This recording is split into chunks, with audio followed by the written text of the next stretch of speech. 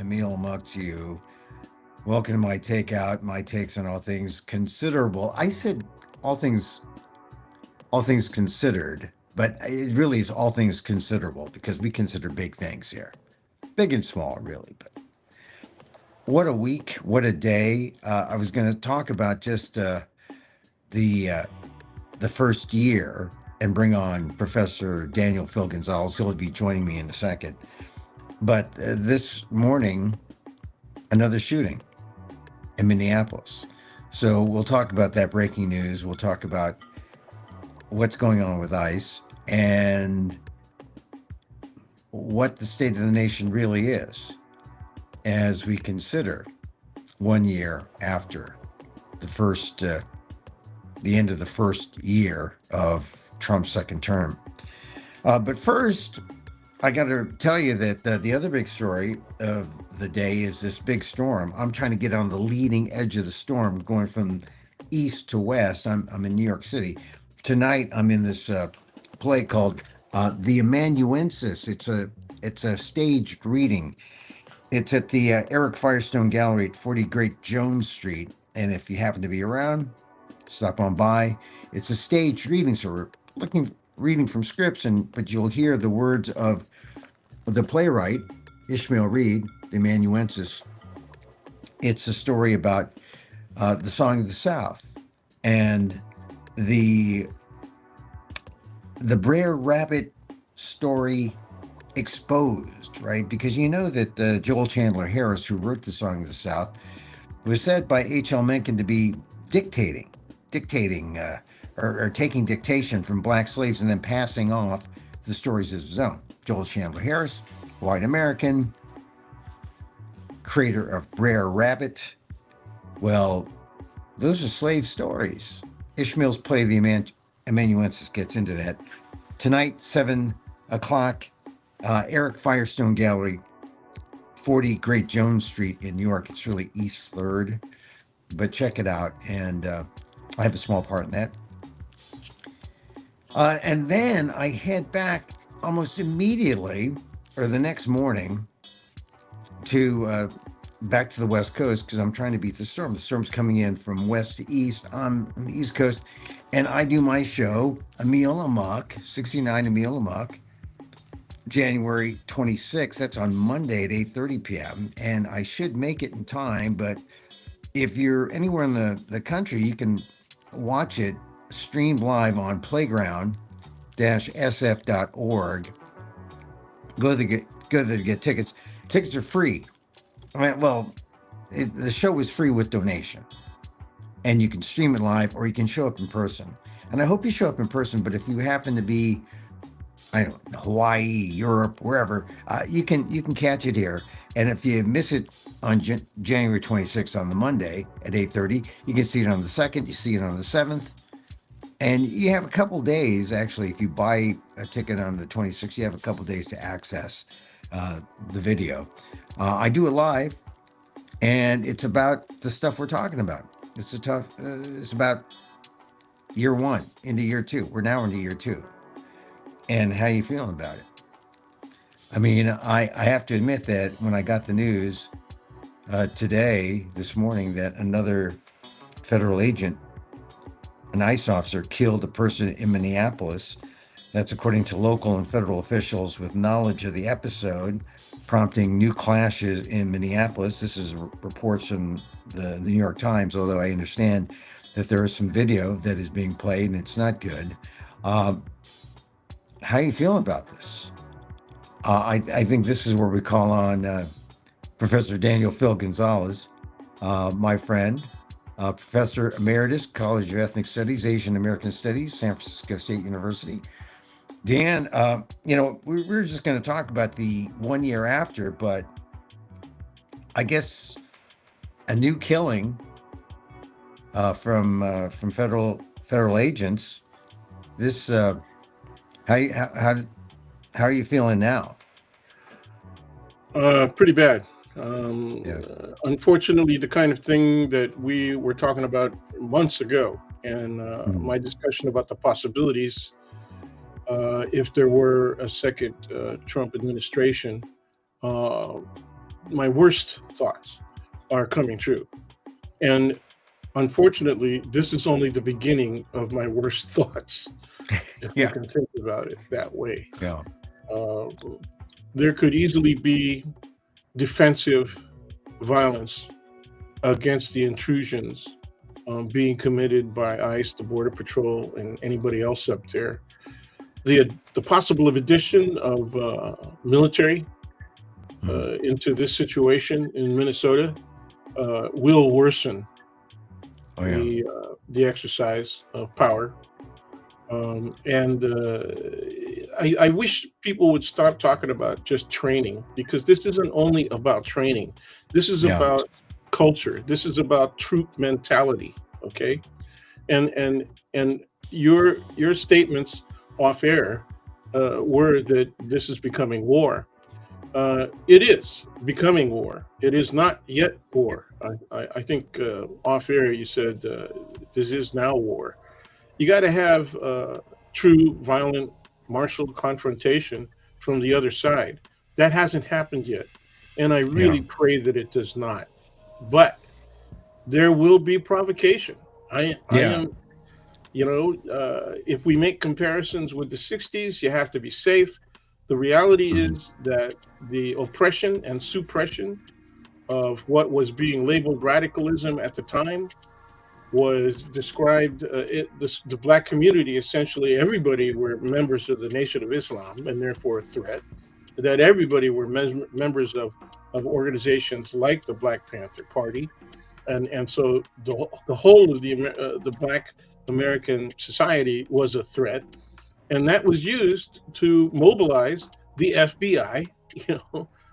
local police working in concert, state police working in concert, and that provoked reactions on college and university campuses. I am a veteran of those actions on college and university campuses. And we were then called communists. We were called, always claimed that there were outside agitators. Yeah, there were people from San Jose State that came up to San Yeah. Jose State to Yeah. join in the strike, right? That's San Those were Francisco the State. Yeah. outside agitators. Yeah. So we're hearing that same language. And so there is a tendency to make comparisons between what happened in the '60s. This is worse, okay, Yeah. because Yeah. the scale of the mobilization of federal forces and the concentration of those forces in particular places is much stronger than anything that we ever faced, okay, Yeah. on Well, college campuses at the time. it's at San Francisco State where you were. It was just local police. It wasn't the National No, it Guard. It wasn't. wasn't. No, that's wrong, dude. They had Oh, was it FBI more? there. They had Was FBI it? there. They were taking our pictures. The local Was it? It police. was more. It was more. The feds Oh were yeah, there. there was state police too. There were out-of-state cops. I was Mhm. watching people doing crowd control exercises, and they were from Denver. Okay, Yeah. All right. they All were, right. My bad. My bad. I'm just trying to get into the comparison between the '60s and what's happening now. yeah. I It think wasn't. when It I wasn't federal at this level and in these numbers. yeah, The but estimations are, even by their own statements and also confirmed by journalism, good objective journalism, is that mm, there are at least 2,000, if not 3,000, combination of federalized officers, right, yeah. concentrated in Minnesota, the state of Minnesota. I'm not clear on how many are actually present in the city of Minneapolis itself, but they outnumber the local police by at least 3 times. Yeah, you know what I see when I try to compare the '60s with now is that the '60s, if you think about when urban areas were being burned down, it was a black white situation. It was a black community uh, that Yes, was that was really stepping up against racial injustice, and and then that merged with the anti-Vietnam protests, and yes, that made it that's bigger, and accurate. that got into the campuses, Kent State, and then San Francisco State. It was a kind of combined thing about a demand for ethnic studies. You see all of those kind of antecedents come back in some form. In some ways the anti DEI stuff that tries to take Yes, this is ethnic this is studies out. yeah. but This is but all it's a broader. It's all yeah, broader, but it involves everything that happened in the 60s. That's why the right. comparisons are apt. Okay. Yeah, and but also we're talking now not just about well, racial injustice, and we're talking about it's really this is a pro democracy movement in America, Yes, it is. standing up to fascism, That's a good thing. and yeah, and that is a good thing. But what I wonder is why we aren't seeing more talk on at least the side that is perpetrating these actions on the administration side to try to tamp them down and try to Uh, to allow cooler heads to prevail. And every no, time they I agree. try, I agree that that's an open question, and but I have an open answer. okay, wait, but let me just one second. I just say every time they try to do that, it inflames the situation more. When JD Vance went in to Minneapolis the other day, Donald Trump, when he did his press conference trying to show some sympathy for Renee Good, he only may inflame things more because people saw right through it. And so it's almost like the administration has no ability to to uh, to do anything to reverse the forces and the power of the forces that they've really enabled. They don't want to. Yeah. This is a movement coming from the right that is desperate and arrogant.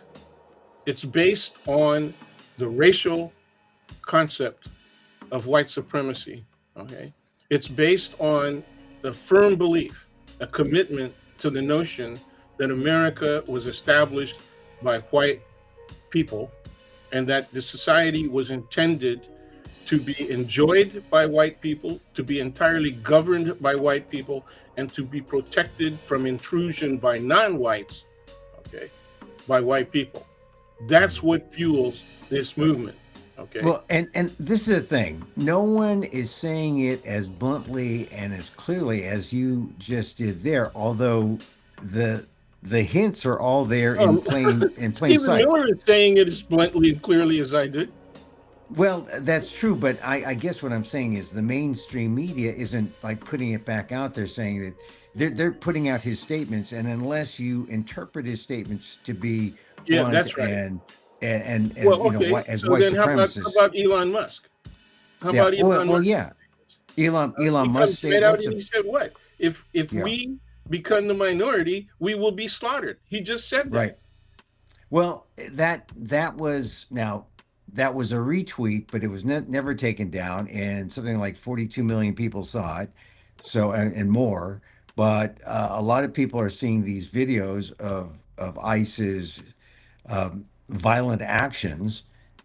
Billions of people around the world are seeing that, and I think Yeah, you know I Well, you're seeing peaceful people recording these events, okay, and mm, then tweeting them out or putting them up on the web, okay, and you're mm, seeing the comments by the agents themselves. I yeah, saw one where one woman said, "Why don't you just stop this?" Right? What? If you care, why don't you stop? We're not going to turn anybody else over. I'm not going to give you that information. And he said, "Okay, just for that, I'm going to raid 3 more families." yeah, That's the attitude that we're dealing with. This is yeah, in a level of aggression that these kinds of personalities, right, enjoy, and yeah. that's Well, the scary that's part. right. And if they are seen as more under siege, that only gets them riled up more. Well, yeah, It, I both mean, sides. yeah. It's really bad. I mean, this is Well, this is not a really good situation. This is extremely dangerous. we need someone, or is there someone who can come in and calm things down? Because I don't No, see it coming from Trump. I don't see it coming from Vance. I don't see it come from anyone on the right and the left. Well, Booker, Cory Booker was saying, we need sensitivity training, and man, I I mean just that told was you it's kind of not about disappointment. training. You got people on the front line that like this stuff. They Yeah, enjoy this stuff. They want to be mean. You got people who already have reached. Look at the guy that killed, okay, Ms. Good. Mhm. Jonathan Ross got dragged at the beginning of the year. Okay. Yeah. How does that happen? That happens because you reached into the vehicle, you idiot. That is bad practice. Okay. What did he do this time? They did the same damn thing. And it wasn't just him who did it. It was another guy that was trying to open the door and he reached into the Yeah. vehicle several times. It's on tape. It's right Well, there in your yeah. face. The thing is that they are doing all these things that are outside really mainstream practices. It's guerrilla warfare is how they see it. They don't see it as a legitimate law enforcement Well, action. They see it as and then the general media and the people on the left that want to criticize this keep saying training, training, training. This isn't just about training. They yeah. have never had. I guess. Have you ever been confronted by a cop that you knew would go for his gun if you gave him a Oh, reason? hey, listen. There are people, regular people who are people of color. The whole idea, like, I have to admit that I wasn't aware of this until my black friends were telling me why you would never go into, if you were stopped by a policeman, you never reach into your pocket to take your wallet Nope. because that would be grounds to get shot. Yep. And then that's why my friends who were black, when I was driving cars with them, they would always take their wallet out first and Yeah, put it that's right. on the dashboard. Or right there next to the gear shift. Yep. Right. Exactly. And it would always be there. And I said, well, why do you always take your wallet out? Is it hard to sit on or something? And then they would say, no, man, you don't want to get shot. Do you want to get shot? And then reach for your wallet and see if, that's an excuse. So anyway. Can we put that experience of yours in context? What years approximately did you have that experience with African American friends? Well, my African American friends were telling me that this is like 2000. This is like 25 this is years not ago. that far ago. Yeah, This is not that far, and this is a recent thing.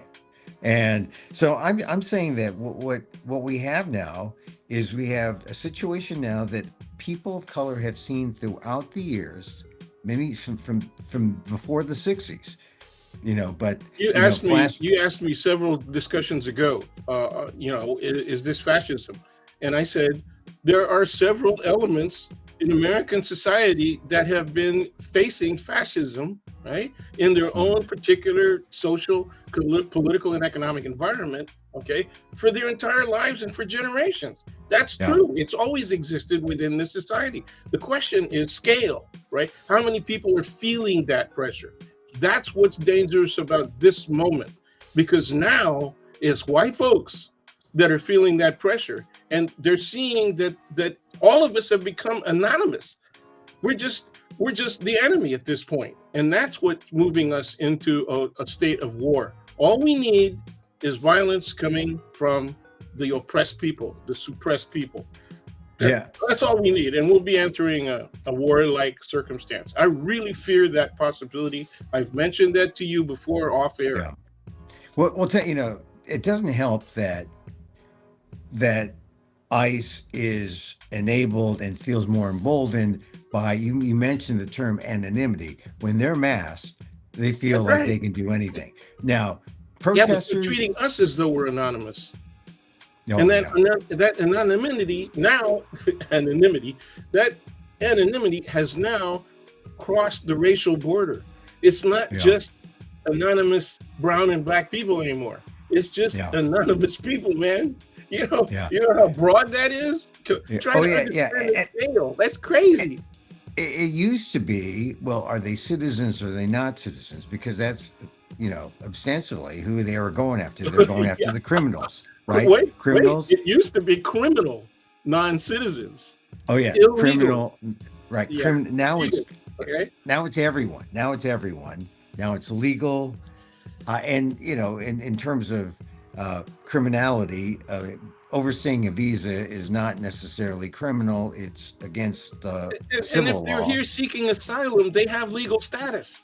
Yeah. They are legally present in American society. If they filed and they're going to court to keep their sessions up, these people have been jacked when they're coming out of court, when they're going into court, and that's been happening since the beginning of the year.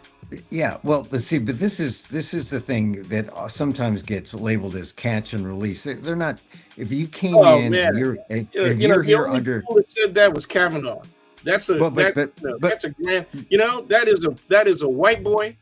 I'm yeah, ashamed to say that he's a Jesuit educated white boy, yeah, right? You know, hey, that has look, never my had to only, face cops doing that stuff. That yeah, that is a person who comes out of an exclusively racialized position. yes, but my only point is that people who are here on TPS or here on some kind of asylum, if they're asylum seekers, they register, they're legal to go Yes, they have somewhere, legal status. and they have legal status, and then for them to be now suddenly victimized by ICE. It's really ICE mentality, right? We have an ICE mentality in America, and whoever has enabled the law enforcement arm here, and it would seem that you can point to several leaders or so-called leaders, Department of Homeland Security, the president, they could do something to stop this. They can call off the dogs. Okay, Why I don't they? agree. Yes, they can, and they won't. Okay, I thought we already established that this Yeah. is based on racialized premise. Okay, it's all about white supremacy. Okay, and it's arrogant. The Yeah, yeah, arrogance but comes from their ability to control the power. but Dan, the thing is, all these images are going out. At some point, they will be hurt. They will be hurt by people who look upon these images. Now, the people who see these things still want immigration laws to be Sure, they enforced still want the vigorously. border control and all the rest of Yeah, that. but they don't want to see innocent people or people who are not criminals get beaten up or get detained for months Exactly. and die in detention. All these things have happened. And Well, it's, and it's see, well, here's the other disgusting thing. You said, okay, why won't these people do something to tamp it down? And I just told you they're not going to want to do that. They yeah, still believe they have the power, and they're looking forward to the possibility or even probability that they will deploy the military to Minnesota. yeah. Okay, so if that occurs, that's going to escalate the situation, exacerbate the situation even more. Okay, Okay, let's if set the that if aside. the That becomes even more probable. all right, Okay, so if it's not the leaders of the on the right, the administration who can tamp it down because they won't, they have no compunction to. Who would? I mean, it's the how same do? answer. It's the same answer that I was looking for when I posted on Blue Sky the question after the first Mark Elias, when Mark Elias, the great civil rights lawyer, filed lawsuits and successfully got judges' decisions right in his Hmm. favor. I posted to him. I posted on Blue Sky and I sent him a memo directly. And I said, okay, I don't want to be nasty, but so what? Who's going to enforce this? Because the complete control of the DOJ is what they were trying to establish. Who's going to Yeah. enforce this? Okay, because it ain't going to be Congress. Okay, Hmm. obviously it's not going to be the DOJ. And the answer, I didn't get an answer, by the way. I didn't get an answer. Yeah. Okay, Well, are in. wait. Yep. The answer always was the states. That was Mm, always the answer. It's state yeah. power versus federal power. Now, this is interesting, right? Because state power was always asserted, right, as quote states' rights by the Hmm. right. Yeah. Okay, and Right. and before that, it was always asserted by the Dixiecrats, the racist Democrats, right? Those were the people who were arguing states' rights. You got to keep the feds out of the state. So, This is about so the what state. we have here Abortion is now, about the states. what we have here in the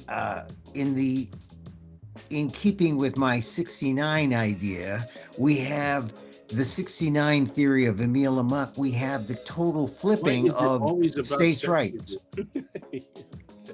We have the flipping of 69 in terms of Oh states' man. rights. The Dixiecrats is not that now, it's going to be the liberals and the radicals, the progressives saying, "Hey, we're going to call states' rights here." Well, And I think you're are they right to going to be be radical. successful? I readily admit we were all considered radicals. Okay, Yeah. Among all of those people that were the more radical of the radicals, including people who were former members of the party, the Black Panther Party, right? Many Yeah. of them not only became lawyers, right, uh, and defense counsel. Some of them became prosecutors, and some of them became judges. Okay, so that's All how right. radical we were. Okay, All right, but really here's the radical. thing. Some of us Here's the became thing. freaking professors. Well, let's go back. Let's go back to that '60s things because when you mention the Panthers were a militant movement, Yes. and are we That going to see originated now? as a defensive movement. It originated Right, as a defensive movement on the streets of Oakland. They armed themselves as observers, right, right. of police oppression. That's how But it started. my question is this are the seeds for militancy now in the community? Yes. Yes. That's my that's why I'm worried, man. I'm already seeing it from the protesters, right? It's not Mhm. just about the nasty language they use. I'm trying to clean up my own language now because I don't want to be associated with some of those guys. When you Yeah, see white thank you people, for that. oh man, I mean the F-bombs coming out of the mouths of white people. But a lot of these people are actually veterans. They're former, military Yeah. veterans. And so the use of that language is really quite familiar, to me and anybody. I've never been a veteran, right? But a Well, lot of the people I hang out with are veterans, and so well, there it is. Okay? here's the reports from the New York Times just from the last within the hour. Fights breaking out between protesters and agents. One protester appears to have been pushed to the ground. It's not going to get better, one bystander said. We're just going to get more angry. Another said, let's see, 3 to 4 tear gas bombs just deployed. Within the hour, protesters are moving back and still chanting, I smell Nazis. So it's not, this is that powder keg that we've tried to avoid. And I don't know, we've established that Yeah. it's not gonna come Well, from the how do you right. feel about that? I mean, Nazis. How do you feel Well, about people I using think that the term? Nazi images and the parallels are there. I mean, you can point to them. Yeah, You can see them. To the ICE as SS. yeah, ISIS, Gestapo. I mean, it's there, but I don't see anyone on the right trying to say, oh no, no, no, it's not that. But what we have nationalists. Nationalists are Nazis. This That's is right. America. That's This what is that's what. what Nazi meant, man. Yeah, I mean, so Nationalist. it Wait, is a white. It is a nationalist, white Nazi. nationalist socialist, nationalist Right. socialist. Okay, that's what So Nazi meant, right? So right. you got people that are saying, "Wait a minute, what?" Those people were fascists. Yes, they were. Okay, Yeah. but they did it. They did their fascism under the cloak of both nationalism and socialism. So come Right. on now. Yeah. If you call Well, these people Nazis, then that's what you're saying, right? yeah. What I am afraid of is how Congress is so absolutely neutered, and how someone has to be a good patriot who is among the leadership who'll say, There are a few. who, There are a few, they're- but see, once again, we're back to the basics, right? There are a Mhm. few, but all of them are scared of being trumped. It's as simple Oh as that. yeah, Okay. yeah, Well, we have to remind people of that. So if yeah. you don't want to understand, there are people who are saying this stuff privately, but they won't say Mhm. it publicly because they're fearful of a Trump reaction. And it's really clear what he does, right? Now, Mhm. NDT said, she got kicked out. She's leaving, okay, and she gets stomped on. Bolbert, right, said a couple of things that got bad attention from Trump. Okay.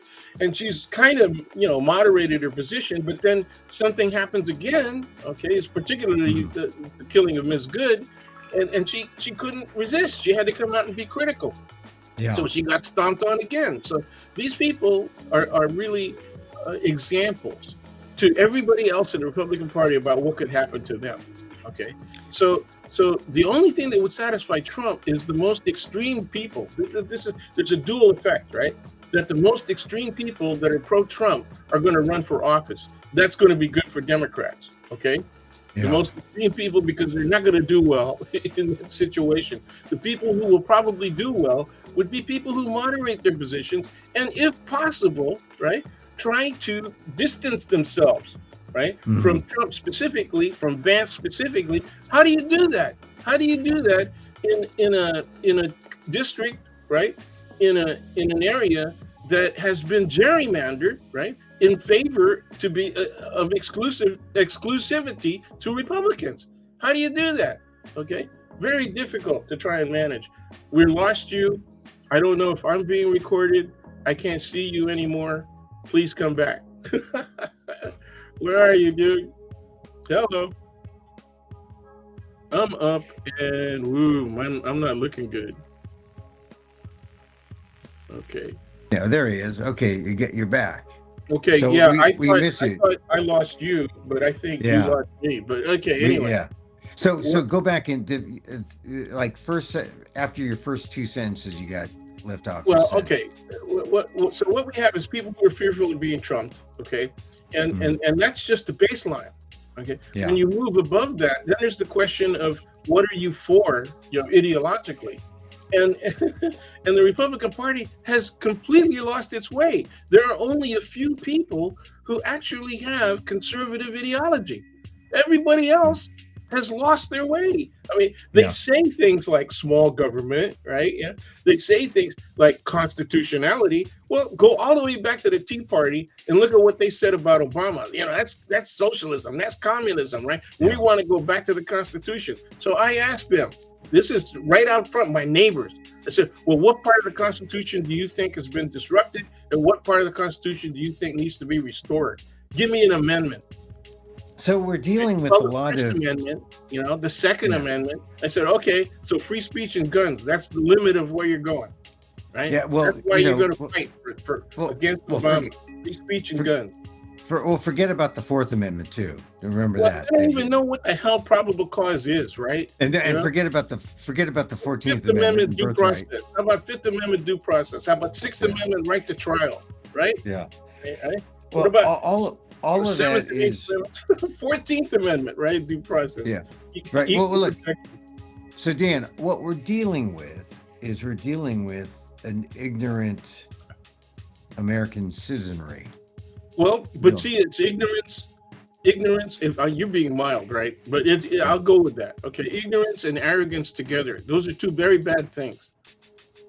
Okay, Mhm. I've seen Yeah, yeah, people. I've seen people in bar fights, man, get out there and say, "Come on, give it to me," and they got it. They yeah. got it. It's Well, ignorant. First of all, do you know that guy? Do you know the person you're going up against? Because he may look like a lightweight to but I happen to know that this guy has had like 14 years of practice as a kung fu man, right? It's yeah. like little tiny friend of mine named Lincoln Fong. A lot of people are gonna know this guy.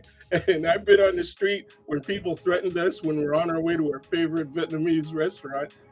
And he did a spin around a parking sign, right? Poured the pole for a parking sign and took out a parking meter. And I looked at the three guys that were going to accost us and they said, oh, yeah. And they just turned around and walked away, man. So it was a violent act, but it was a demonstrative act. Okay. I see. So we Okay. need more of that. We need no we need parking people who are meter is able. safe. Well, I'll tell you right now, you don't want to provoke stuff. That's the whole thing. The problem is when you take a non-provocative position and you try to walk away, Mhm. bullies will follow you. That's a Yeah. signal to them that you're weak and they will follow you. That's the problem. All right. So here's the thing about you brought up the term bullies, and we're in a bully era. Donald Trump, after 1 year, it's worked for him, except it didn't work quite in Davos as well. He had to chicken out in Davos, but he's a bully. He's a bully. And his bully tactics are working here. So how do you deal with how do you deal with the bully tactics that are now, under the guise of masked icemen? Well, unfortunately, it's going to come down to people willing to do defensive violence, and that's what scares me. That's what Mm, scares me. Okay. yeah. Okay. I didn't get into martial arts. It was completely defensive. I didn't get into martial. A lot of us, man, in the 50s and 60s, we didn't get into martial arts to kick butt. We didn't get it to be provocative or any of that stuff. We got into it because we kept on getting beat up. Because Asians were an easy target. We were small guys, right?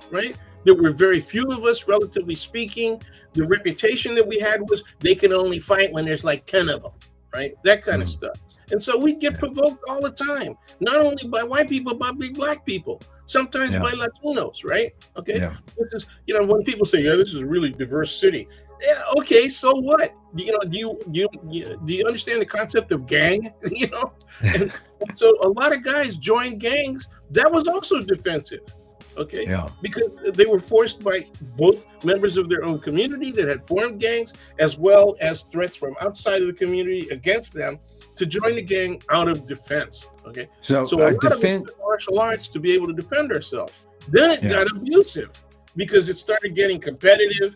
They started having open combat exercises, right? Where some people died. One kid died. He got kicked in the spleen, and then his doctors said, okay, he recovered enough. They let him go back in the ring again. This is right here at Civic Auditorium, which was what it was, Bill Graham Auditorium, and he died.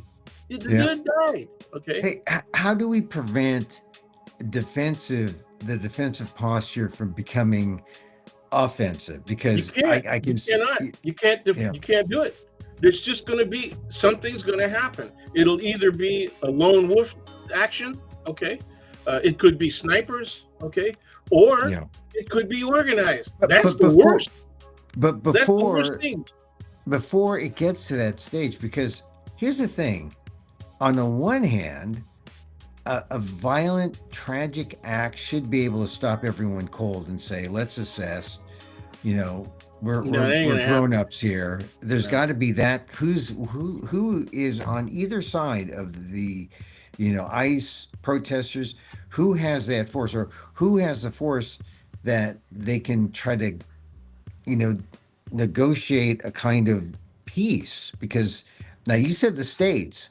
I don't know if Walt says. Can you name an MLK?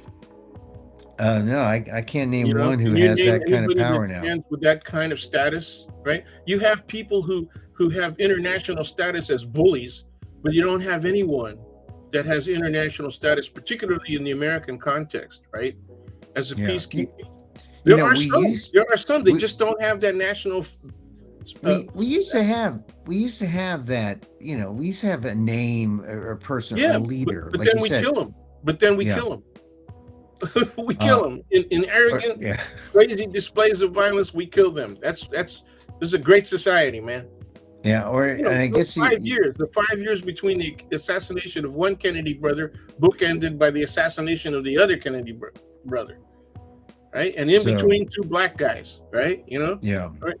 When the millennium count came around and everybody was putting out encyclopedias, about 2000 and what this millennium means, and here's the past history. I would look at the back, the indexes and the glossaries. I would look in the back of the book and determine whether or not I would buy that book by whether or not they mentioned Malcolm X. Okay. Oh yeah. Because they would mention the two Kennedy brothers assassinations and MLK. Malcolm X was also assassinated, but you could tell what the timbre, tenor, and perspective of that book was going to be by whether or not they mentioned Malcolm X. If they didn't mention Malcolm X, that was a right-winger book, man. It's simple as that. Or not as comprehensive, nor as, from one perspective, or all perspectives, but certainly from a right-wing perspective, if they left out Malcolm X. So there you go. Well, we don't. So who's going to lead the charge here? We're talking about being historically objective, right? Yeah. If you exclude Malcolm X, you're not being historically objective. So I'm trying to think, is there, we used to have a labor leader, because that was, one group that was involved in the fray. They killed Hoffa from the inside, Yeah.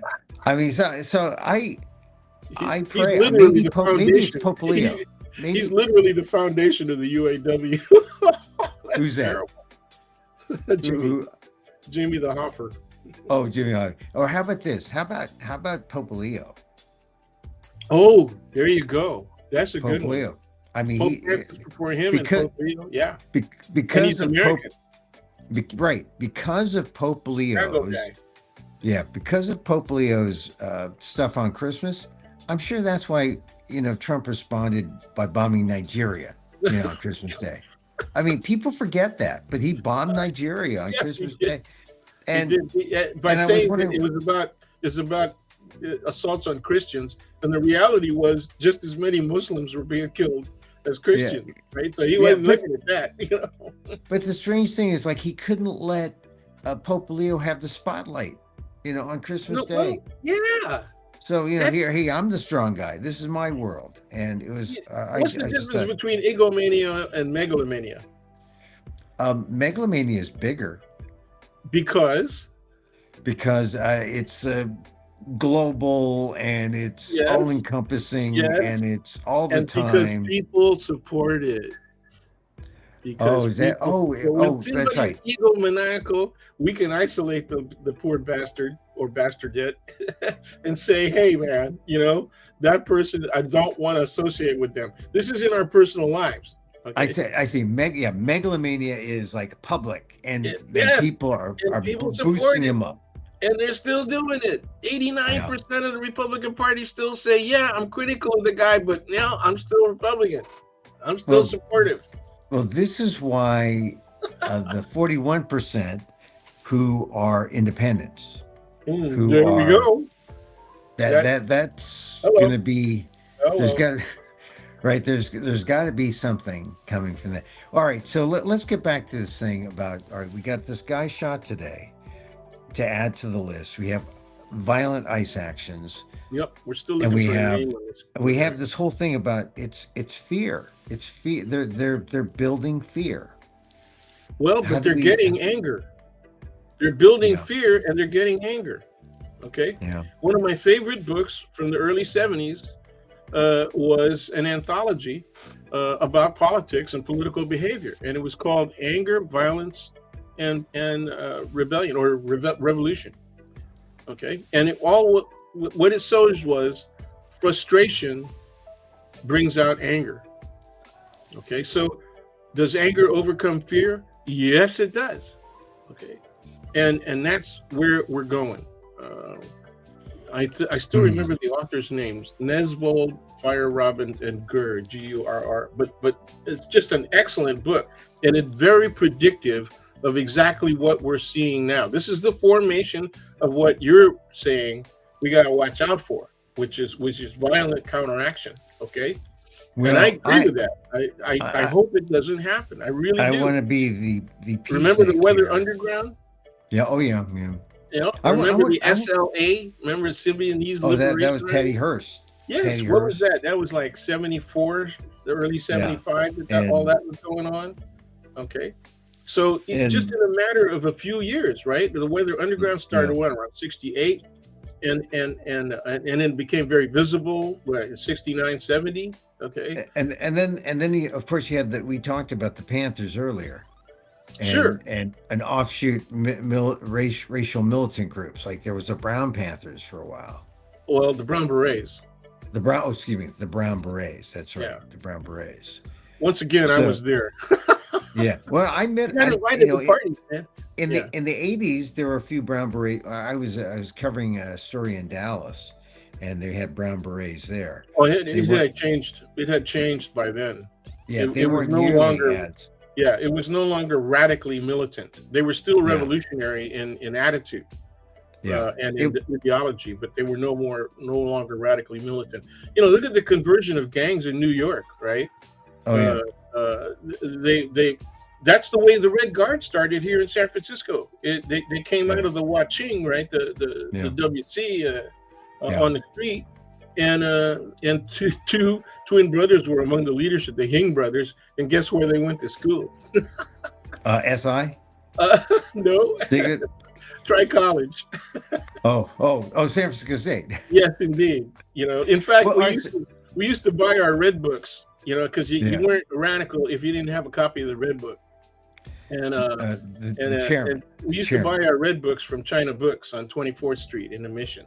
Oh yeah, And yeah, one of the clerks behind the counter was Alex Hing, right? One of the Hing brothers. But anyway, yeah. yeah.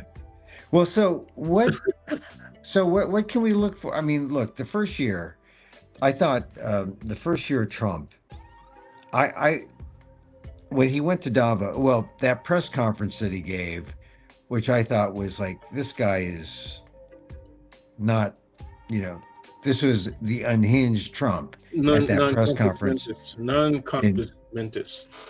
yeah, but this is on Tuesday after MLK Day, and then on Wednesday he went to Davos and gave that speech, which was, well, he threatened with tariffs, and then he Yeah, took it yeah. back. He went taco, and And he then talked to now it, yeah. he comes back, and he still has ice where he Right. can do his thing, and I Which think he confused with Iceland. but yeah, the thing is, Greenland, Iceland, it's just a block of ice. It's okay. You freaking but you know the thing about Trump is I think he's isolating the United States so much, and they're going to go off and do their own thing. yes, NATO's they going to are. They already survive. are. Oh, I got one for you, man. Okay. Yeah, So Canada's premier, Carby. What does he say? He Carney. says, okay, I'm making deals with China, and I'm saying, okay, great. They're going to import Chinese electric vehicles. Okay. Ooh, That's deadly, man. For who? For Musk. It's for deadly Musk, yeah, because he's got a virtual monopoly, right, going on in Yeah. a lot of the Western world, right? But the Chinese, man, they got better cars. They're putting out Yeah. better cars, and those are the guys that are making advances on battery development, right? You know, Yeah. we used to be doing that right here in Silicon Valley. There were Yeah. companies that were working on doing better batteries, moving away from lithium, right? Okay, so there's two ways that you can go. You could go for Greenland because they got some deposits. You could go with Venezuela because they got some deposits, right? That you're still competing against the Chinese that got the best access to the most deposits, right? Okay, yeah, if you play with lithium. So the other answer is get off of lithium and do something else, right? And once again, we lost that. I don't know who bought those companies that were experimenting with, for example, sodium. Okay, basically Sodium. salt-based, yeah, batteries and, Wow. and storage batteries and stuff like that. And I don't know what happened to them. They must have gotten bought out or something. You know. Yeah, I know. I heard about some storage cells, and Yes. Yes. and then you start. I think it's because, you know, Trump has dominated everything. It's not just and Trump, right? It's the free market. Yeah, well, You know, the thing is, free. It's look, free, but Trump's has to participate in in some in way. the early 1970s, okay, even though Mm. you know Alfa Romeo makes cars that break all the time, right? Yes, I know that. I'm sorry, I forgot. I said sorry to rip the Band-Aid off of that one, man. Listen, dude, we can restore that car. I can tell you right now. Okay, all right. You know, Okay. you know that I've built several of those, right? I know. Okay, we'll talk. We'll talk. Even we'll older talk. ones, right? So We'll- yeah, we'll that's talk another about side that. of my story, right? From hanging around with hot rodders. But anyway, the so I don't know. Well, the short story is America still was using drum brakes, and only on the best cars would they put disc brakes, and they only put them in front disc brake, right, still front. drum brakes in the rear. Okay, our old sedan. Right, it's a 1965 Alfa Romeo, and Linda used to drive that on a daily basis to get to work. Okay, and for years. Okay, 1965 sedan, right? Right. Famous Yeah, in Italian cop movies, right? As this squarish looking little sedan when it goes wah wah wah wah. Okay, Yeah. that. Okay, Yeah. and yeah. that thing lasted forever until we sold it. Right, 4-wheel disc brakes. It's 1965. Okay, so Europe had gone to 4-wheel disc brakes even on their cheaper cars, right? In the mid 60s and even earlier. Okay, so the United States literally held back on disc brakes, and they used as an excuse, it costs more. Remember what they said about seat belts? Oh It yeah. costs Yep. more. You know, we're going to have to pass the cost on to the consumer. Remember what they said about smogging, air pumps, right? Oh yeah. 68, 69, it's going to cost more, right? And they ended up doing it anyway. What did they say about airbags? Right? So yeah, we're in the same We're spot the when it same comes cycle. And to so they're doing storage it. cells. What they do is they buy out the companies that are making these new devices and making them cheaper and better. Okay. And they shut them down. That's Yeah. what they did with fuel injection. Look how long they kept on making cars with just carburation instead of more efficient fuel injection. This same Okay. All right. thing. So let's get away from car talk here and just Well, finish up. see, it's also about industry in general. That's what I'm Mm, looking at. yeah. The big companies hold back on industrial development, technological development, if they're not controlling it. And then when they Yeah. do control it, they control it so that they get to profit from it. Obviously, And that's the objective. and of course they want government to be free them of any kind of regulation. They want government to They subsidize. They want say that's not what they do. That's well, what they say. but certainly with Musk, that happened with Musk. You know, the subsidies, and Well, he but was enabled. yeah, He's only in government because of the business advantage. yes, Really, he's yes. not in the government because of the social advantage. Certainly, although he's got all these What, you're babies. saying he doesn't have any friends? Well, I'm saying that this is the reason why rich people are into government. So lower Yeah, but taxes, there were get there were five of deregulated. those guys, man. There were five of those guys at the inauguration, man, for the Yeah. second. Oh, yeah. Yeah. All right. Yeah.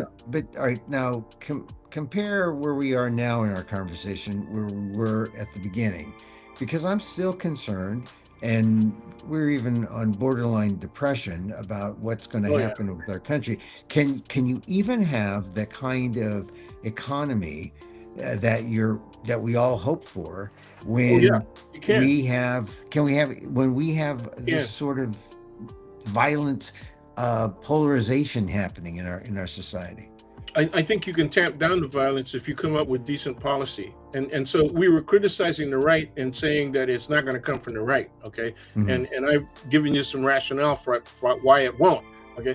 But now let's take a look at the Democrats and the left, okay? Who's come forward with a plan that they can articulate to the public that will give them some sense of hope? In other words, a plausible policy, right? That can be Hmm. described in actual material terms, things that people will understand, right? Like, Hmm. what's attractive about Mr. Steyer, who's now running for governor, and look how early he got started, right? Yeah. And look at what he's saying. One of the two big things that he's saying is we're going to build 1 million new houses. And he's Yeah. just talking about in the state of California. Now, Yeah. is that even possible? And the answer is yes, with Yeah. enough investment. But you have to deregulate as well. Okay. Yes. Steyer is out there, but I don't know. I had a problem with Steyer before. Oh yeah, me Uh, too. Me yeah. I too. mean, But I'm just saying, is he saying something that's plausible? well, I think at some point we'll take the guy who has policies that don't also invoke violence, Okay. or that somehow I'm brings cool with that. together a kind of a harmony in our society, Well, a but certain see, amount of peace. if you give people immediate economic relief of some sort, right? So, for example, shifting the tax base. Yeah. Okay. Okay. That is something that has immediate effect. Okay. Well. Restoring the ACA, right? Even Mhm. at the state level, and the state of California has been doing that. Okay. Yeah. Well, That's only a temporary process. But see, you have to we articulate that. People have to we need articulate how that gets done. we need something to get down to connect to where we're talking and what we're talking about to the basic issue that no one seems to talk enough about, which is it costs too much to live. I feel it when I come to New York. I feel Sure. how expensive it is Oh to yeah. live in New York. I don't feel how expensive it is to live where I am in California, or even when I go into San Francisco. But in New York, I feel it. Oh yeah. I feel how expensive life is, and I see my actor friends, I see my artist friends, and they aren't living the 1% life. Hey They're man. but they're struggling for their for their A, a, expression, for their art. a mutual friend of ours had the daughter that Mm, did her college education on the East Coast, and I warned her mother that she's going to stay there. And mm, she got into she got into theater, and she is, mm. from my understanding, she's directing some stuff somewhere in the Yeah, Midwest, I think Chicago. But yeah. I remember when she first moved out there, and when she graduated from college, she went to get an apartment, and she was saying this is way back, man, in the 80s and the early 90s, early 90s, early and mid 90s, and Mm. she was renting a closet to Oh sleep yeah, in, yeah. man. I was at the Metropolitan Museum of Art yesterday, and they have these bathroom stalls that look like they could be one Sleepers. bedroom apartments. Well, it's a closet. It's a literally a water closet, but it could be sold as a cheap condo, it had that kind of I amenity. know we're laughing because it's just the picture of it, the visual of it, right? Is Well, laughable. it just It's real. reminded me of God. This could be a hotel room. This Oh yeah. bathroom. Oh I was in, man. but Yeah. but a small one, a very small one as long as it had a toilet and maybe you put a place for a hot plate and maybe a Murphy bed. Anyway, Are you describing an international hotel right, SRO? right. There's places like that in Japan and Asia Oh yeah. and Well, those are yeah, tiny. Those yeah. things are Well, like they're just berths. beds, right? That just Yeah, slide yeah. out. But this Literally is like I berths. mean, I was I was at the You I was at know, the yeah, in Met a train. yesterday. They look like I train berths.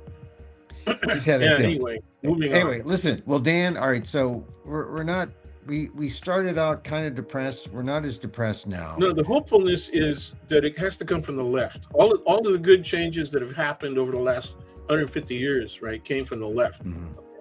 And so, what people don't So understand is the left isn't about party. Okay, it's not about party politics, and that's why you're seeing so many people leave the Democratic Party. Right, more people are mhm, actually leaving the Republican Party, but they're the younger ones at this yeah, point. And so there's a lot of alienated people that don't like either party. They're moving yeah, towards the center. Okay, and I yeah, think for the sake of my own forays into journalism, I just left the Democratic Party because it allows me to be, critical of the Democratic Party without having to suffer the, consequences yeah, of who I support and them suffering the consequences of Democratic ire. Because there is a California machine, right? Even though yeah. it's kind of different right now. It's no Mhm. longer the Willie Brown machine, right? Yeah, machine politics ain't what it used to be, and who No, knows what's the machine gonna be? Gavin Newsom was sort of poised to be that, but yeah, but it's he's I the don't know. worst There's thing in the no world. The worst thing in the world is to be 10 months out and be the front runner. Yeah, I know. He's got some problems. He All right, does so have. Dan, yeah, and it's too bad because we may have a front runner or a leader that we may not know. We may not. This He's is not true. not on the right. I mean, and Andy Bashir, governor of Kentucky, who I've talked about over the last few years, he was at Davos, and he got I think it some will be airtime. somebody like that. I think it'll be somebody in that age range, right? Yeah, And somebody from a state like that, rather Kentucky. than the coast, that would have. Remember how Carter, Well, Carter people from Georgia. didn't know who the hell he was, right? But that was an excellent compromise. But look what happened to him. It's going to You be a know, cadre of elitist, leftist Democrats who then take him around, or this person take him or her well, around and say, "Here she is, here he is," yeah. Well, and introduce him to the world. Carter, one. Remember the two big policies he had that were really interesting. Besides being pro affirmative action and all that. Okay, Yeah. uh, he was for nuclear energy. Okay, Mm, because he was a sailor. He was a Navy man, an officer on yeah. nuclear ships. And the other one was he was willing to freeze prices. Yeah. Remember that? Yeah. And Well, so that's like anti-capitalist, man. And yeah, so he was truly, that's a socialist move. Okay, he did a lot of things that was but that really worked. That actually worked. And who yeah. took the credit for it? Reagan took the credit for it. Okay. Well, well, look, anything that the Democrats do, Trump will take credit for it Well, because but he's crapping all over the Biden administration, and everybody keeps saying, "Well, what you're doing right now is way worse than what was happening when Biden left office." So, oh you yeah, know, yeah. what Well, what are you talking about? But you listen, you talk to Republicans and say, "Oh, it was way worse under Biden." So there yeah. they are. There they are. We got to work around that. It's useless to be confrontational with people like that. Okay. All right. So we have some hope. We have some hope. We have to just be less angry. Practical. We have to be practical. You can't be saying stuff like defund ICE, okay? Abolish Yeah. ICE. You can't be doing that. Although Mom Donnie said it the other day, but Sure, that's he's fine. he, And but that worked well in New York, and that might yeah, work well here in San Francisco. yeah. But you got to come up with something that is much more down to earth, very pragmatic, and at the same time accomplishes what you want to do. And so In yeah, abolishing ICE isn't where it should be, right? It yeah. should be Enforce the law. replace ICE, okay? Repla- Or I don't want to say reform ICE because that's terrible. All right. You Yeah. want to replace ICE. Now, the reality is that ICE only changed to what it is now, okay, over the last 8 years. Yeah. Okay, it actually was a safely operating institution. It just was underfunded, just like Oh, yeah, yeah. just like the The, ALJs, like the the, administrative law judges the, that work for ICE, right? They were yeah. underfunded. So Well, so they're the they're fun. processing, yeah, They're funded equal to the FBI now. I mean, their funding level is way high. yeah, but for You know, what purpose? well, to bust immigrants. That's Well, you I know, I it, think it's it worse did than that. I think it's to bust everybody and then well. provoke reaction so that Oh yeah, they can deploy the military. they're This going is after about everybody. provocation. All right, so Dan, we're gonna see how this plays out. We'll talk more about year one as it evolves. But I just want you to be safe. Enjoy your evening. Break a leg well, thank you very and get much. back to us safely. I know Yeah, it's a tight I slice, will. man. I It's a tight. will. I'm going to be on the leading edge of that storm, hopefully, and going the opposite way. And hopefully, I'll be back in time for that Monday 8:30 show. So Dan, thank you very much. Thank you. Thanks for Appreciate having it. me You on. have you have Be a good safe, man. weekend. All right, thank you very much, man. There he goes, my friend Daniel Phil Gonzalez. Oops, still there. College of Ethnic Studies, Asian American Studies, Professor Emeritus. I call on him to remind me that I am too nice. I am too nice compared to Dan. Will just say, "Hey, look, call it what it is," and I'm the nice guy. I'm the nice. But we're at a point here, and we had a man who was a protester who was shot by a federal agent, nice agent in Minneapolis. Another one today. He died, and I'm sure there will be more news about that, but it just happened as we were coming on. But we are at a critical point at this ICE confrontation, and we need a man of peace to come forward. Someone. We need cooler heads to prevail, as they say. And we're not getting it from Donald Trump or J.D. Vance. So ICE data breach hits 4,500 border patrol.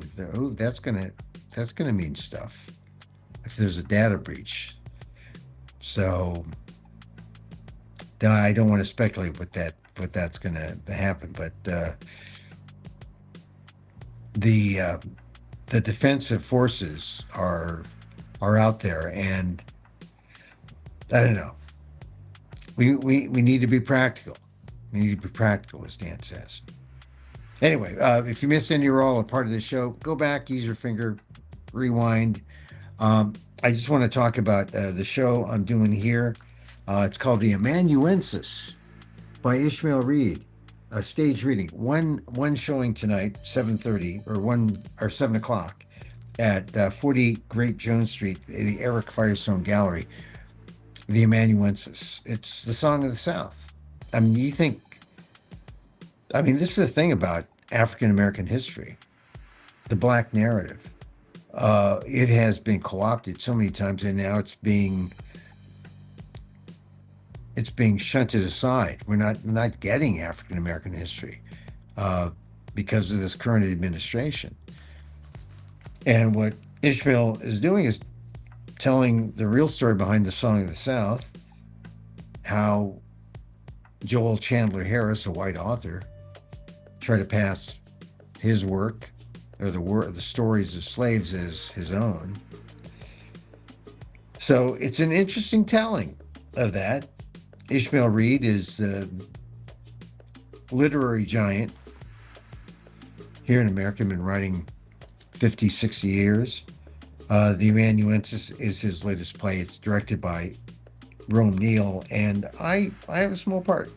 Small parts. That's why I'm here. My show is Emil Muck 69. There. Emil Muck 69. That one. It's at the Petro stage. And it's on January, let's see, let me hold this here. January 26th at 8:30, the 2nd, 8:30 p.m. the 7th. Check it out. It's at playground-sf.org. Go there for tickets, and you can buy the live stream if you're not in the area and can't see me live. And I talk about this first Trump, the first year of the second term. Talk about it, how I'm dealing with it. It's funny, emotional, sad. Anyway, check it out. All right. If you can, I'll put up my QR code. And it's at 8:30 on Monday. If I beat the storm, I'll beat the storm. I mean, they're talking it up. It's sad. I mean, I'm not sad, but it's scary. But everyone is using it as an excuse to stay home. So go see this play. Go see the Amanuensis tonight if you're in New York, Eric Firestone Gallery, and then see my play on Monday. You can stay home for that, watch it live stream.